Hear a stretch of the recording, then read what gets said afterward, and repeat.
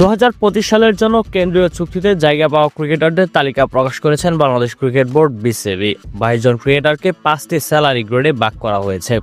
একমাত্র ক্রিকেটার হিসেবে এ প্লাস ক্যাটাগরিতে জায়গা পেয়েছেন তাসকিন আহমেদ। তিনি মাসিক 10 লক্ষ টাকা বেতন পাবেন। এই ক্যাটাগরিতে থাকা 3 ক্রিকেটার মাসিক 8 লক্ষ টাকা বেতন পাবেন। মুশফিকুর রহিম এই ক্যাটাগরির চুক্তিতে থাকলেও ওয়ানডে থেকে অবসরে যাওয়ার কারণে এক গ্রেড নিচে নেমে গেছেন।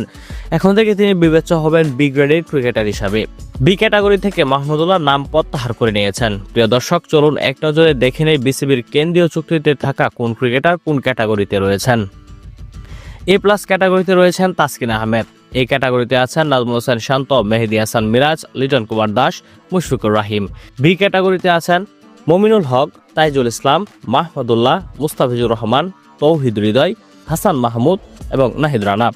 সি ক্যাটাগরিতে আছেন সাদমান ইসলাম, সৌম্য সরকার, জাকের আলী অনিক, তানজিদ হাসান তামিম, শরীফুল ইসলাম, রিশাদ হোসেন, তানজিম হাসান সাকিব, শেখ মেহেদী হাসান। ডি ক্যাটাগরিতে আছেন নাসুম আহমেদ, সৈয়দ খালেদ আহমেদ।